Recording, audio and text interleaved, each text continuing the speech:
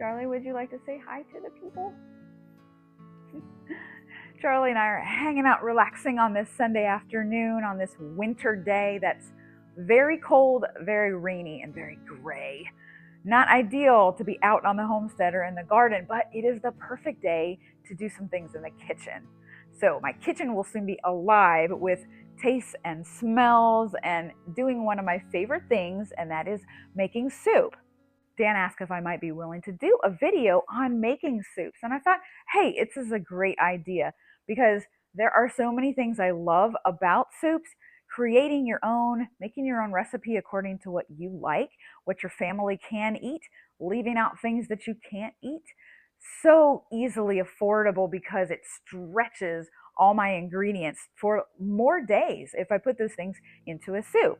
So I just thought I would talk with you about just a couple of the things that make soups great, what good combinations exist, kind of like we were sitting here on a Sunday afternoon swapping recipes. So join me in my kitchen, and in the very last segment I'm going to do of this video will be actually walking step by step through my beef stew, which is an absolute can't miss, easy 5-ingredient recipe. If you're just starting to make soups or just starting housekeeping, get a good stock pot, have a skillet, cutting boards, and a really good set of knives. A great bonus is owning an Instant Pot because I can pre-cook my chicken so quickly in this. That Instant Pot does make things quicker for me because I can cook my chicken in that while I'm cooking my vegetables in my pot. But that's okay. If you don't have one, you can also cook your meat in your pot or on your skillet. Next, let's talk bases. All these things I keep on hand all the time because either alone or in combination, my possibilities are endless. Once I create my flavor profile, let's say, then I'll figure out what base is going to be needed to support that, and then what ingredients I'll use, vegetables and meats and such, and the carb too, and go from there. We're off to the races once we've got all that figured out. So here I have these are my go-tos. I often use a tomato or vegetable juice in combination with a beef broth, and together those are the base for a lot of my things, for a beef vegetable soup, for pasta fagioli, all kinds of things. You can get in the store a really good quality organic beef broth and chicken broth. I also make my own chicken broth. Anytime I'm making chicken, I'm going to be sure that I am making the broth as I go by submerging it in water. That water turns into the broth, and then I've got the chicken broth on hand already for my soup. I have made it myself, but you can buy it if needed. This is bone broth, which we also make often. Anytime we're going to cook a turkey, that carcass then becomes the basis for which I'm making my bone broth. And then half and half. Do you like cream soups? The half and half is going to be a great way to just really elevate either a beef broth or a chicken broth by adding the half and half, or a roux. You can do half and half and flour and butter together to thicken, make a thicker cream soup. But basically, I've got all I need with these. Next, let's talk about meat. There's so much that could be said, but I'll just keep it brief. If you don't eat meat, then of course there are so many different kinds of beans and lentils that make a wonderful addition to soups and chilies. We eat meat here, so we cover several of the categories. Beef is an easy one.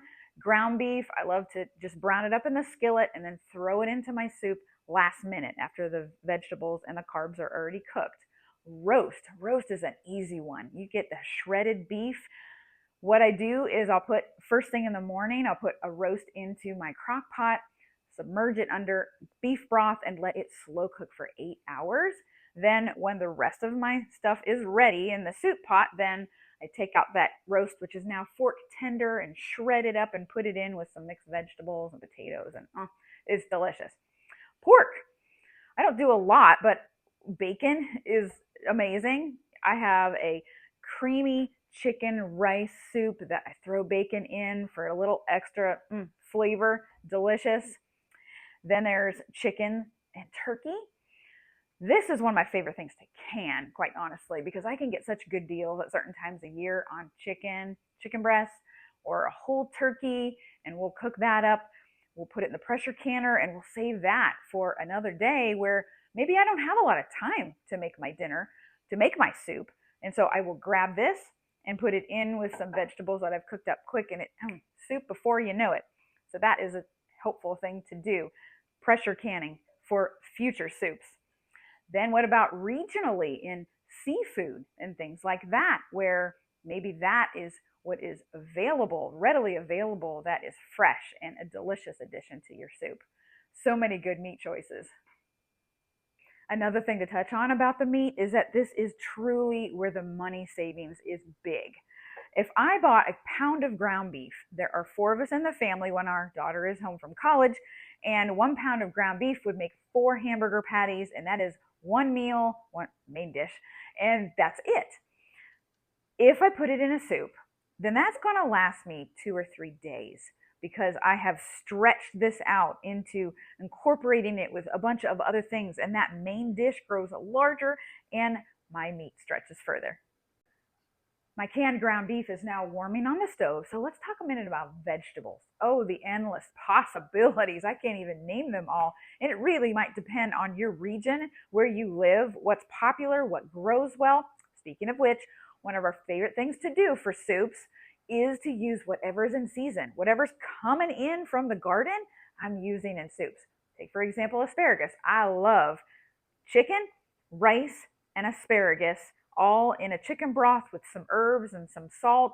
Oh, it's just delicious and a really easy way to use an abundant harvest that comes in quick from asparagus.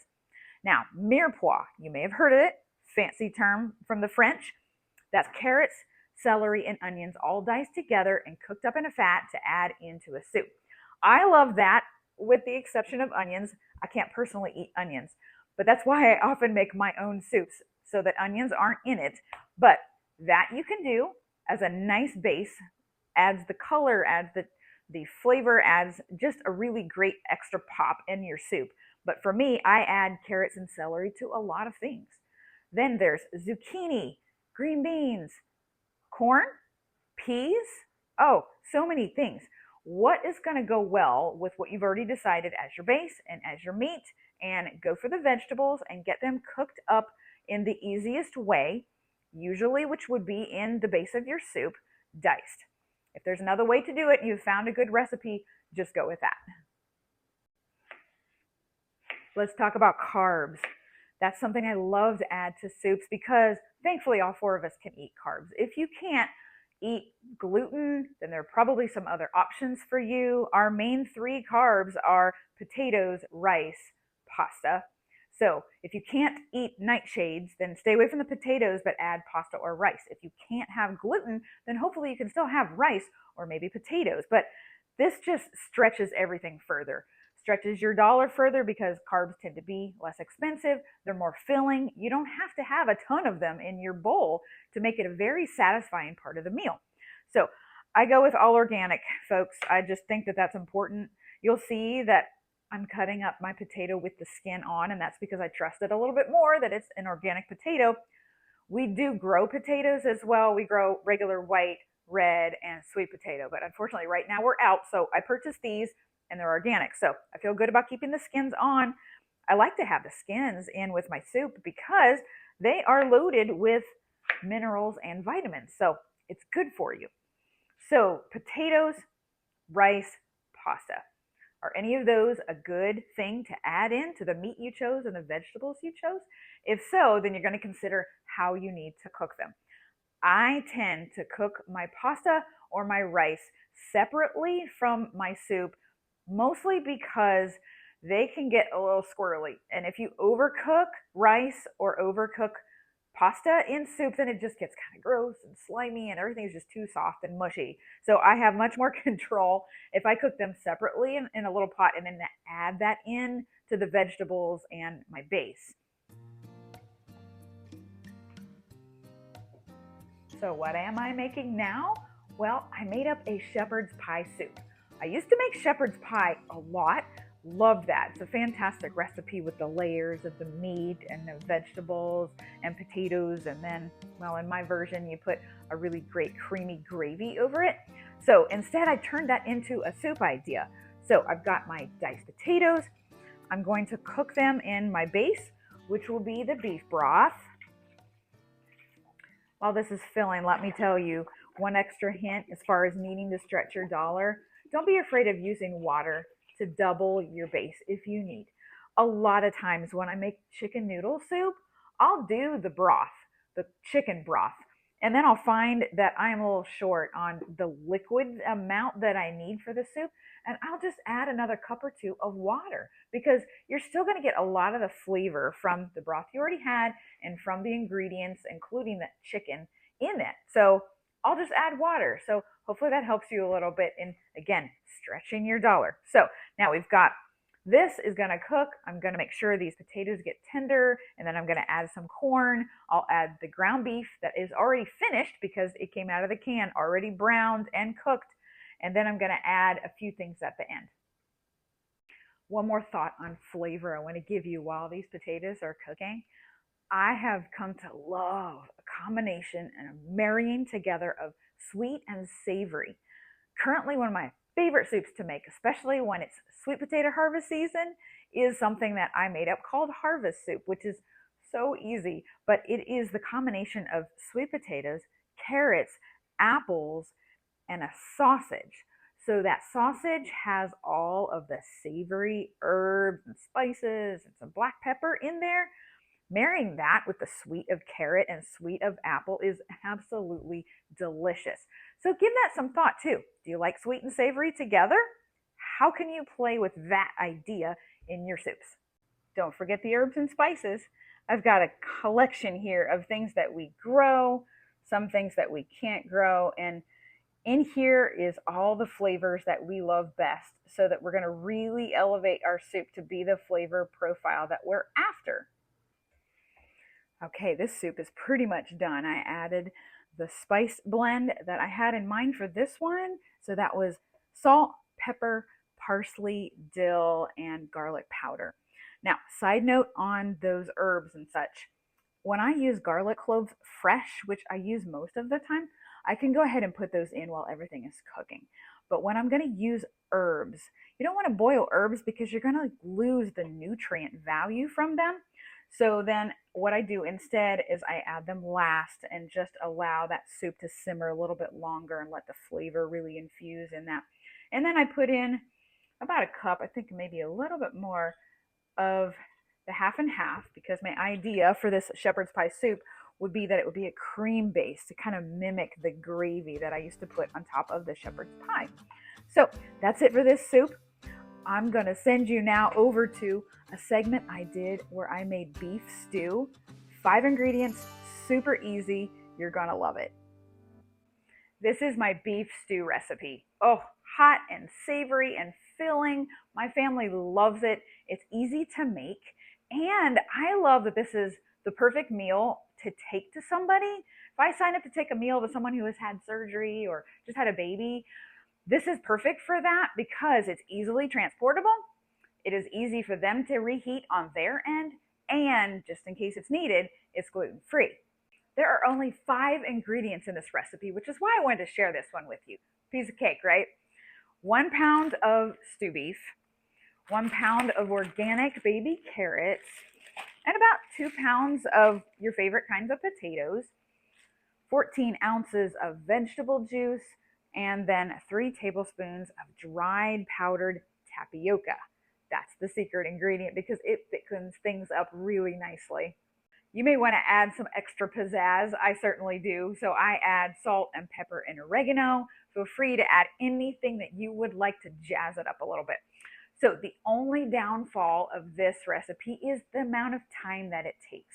You have to chop up a lot of things, and then if you do it in the traditional oven method, this is going to take 3.5 hours of cooking time plus your prep time for chopping everything up. So you just have to plan ahead on this one. There are 2 ways that I have found to make this process go quicker. It's really all about the carrots because they have the longest cook time. So that's why 3.5 hours is needed in the oven. But I can shorten it a little bit because first, lengthwise chopping of the carrots helps a lot make them cook up quicker. So I cut them lengthwise because they're kind of thick. And then the second thing, you can see I'm putting it in my Instant Pot, which is going to cook here in just a minute. Once I get all these cut, I'm going to put them in the Instant Pot with some water so that they're covered. They need liquid, of course. And those will cook in there for 4 minutes, and then they will be really fairly tender by that point. While I'm doing that, then I'm going to chop up my stew beef and my potatoes, put those in the oven and let those start to cook as well and get a head start in the oven.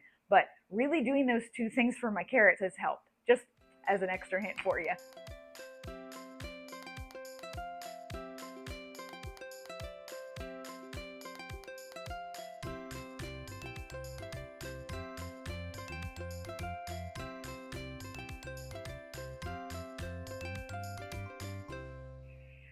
Next, I'm going to take my stew beef and cut it into bite-sized pieces and then start layering it into my soup pot. So now, if you don't have an Instant Pot, so you can't do the carrots that way, no worries. You can put them in the pot first. Just make sure they're on the bottom, because then they'll get a little bit more exposure to your heating element and maybe cook up a little better that way. So put those in first, and then you're going to put in meat next. I have made this stew from time to time in my crock pot and just let it sit on low all day for like 8 hours or so. The only problem with that for me is that I don't have a huge crock pot, and so I have to go kind of light on my potatoes. I don't add as many as I would like to because my crock pot just can't fit it in. But if you have a really good sized crock pot, do all of these ingredients and layer all of them into your crock pot and put it on low for 8 hours, and you're going to love it that way too. Each time you finish a layer of ingredients, add some of your tapioca and some of your vegetable juice. You're going to have a total, when you're all finished, of 3 tablespoons of tapioca and 14 ounces of the tomato or vegetable juice.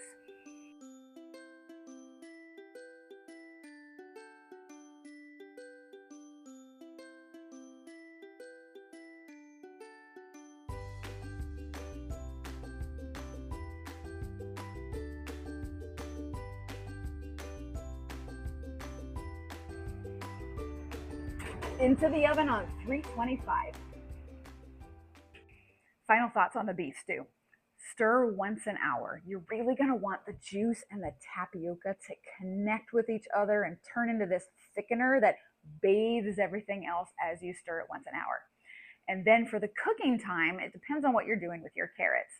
If you have the carrots in the Instant Pot, then you're going to put the meat and the potatoes in for the first hour. And then when you stir at the end of that first hour, go ahead and put the carrots in. And then at the end of the second hour, when you stir, just check everything and see if it's all fork tender. If it is, then it is finished. If your carrots were in the pot from the very beginning, it is going to take about 3.5 hours for that. So again, stir at the end of every hour, and starting at 3 hours, just check with a fork. It may be 3.5 hours that everything is completely fork tender. And then you're going to remove it from the oven, let it sit for a little while so that it can thicken some more, and then enjoy. I find that this recipe tends to make 4 to 6 servings, depending on how much your people eat. My beef stew is finished. It is thick, it is hearty. It turns out this way every single time. I'm going to zoom in so you can see this a little bit better, but I really hope that you enjoy trying this recipe. And now that I've finished with the stew segment, back to me. My soup is on its last simmer, so I can just sit and relax for a while because dinner will be ready soon, and it's been a lovely afternoon in my warm kitchen. I hope that this has given you some food for thought on making soup. Stretching your dollar by turning ingredients into soups that last for several days. They're so easily reheatable. You can make it the flavor combination that you want, put whatever you want in it. Just think about the basics and how to pull all those things together to make it turn out really spectacular. Put in comments anything that you've made recently that you would love to share. I'd love to hear about your soup recipe. Take care. Have a good day.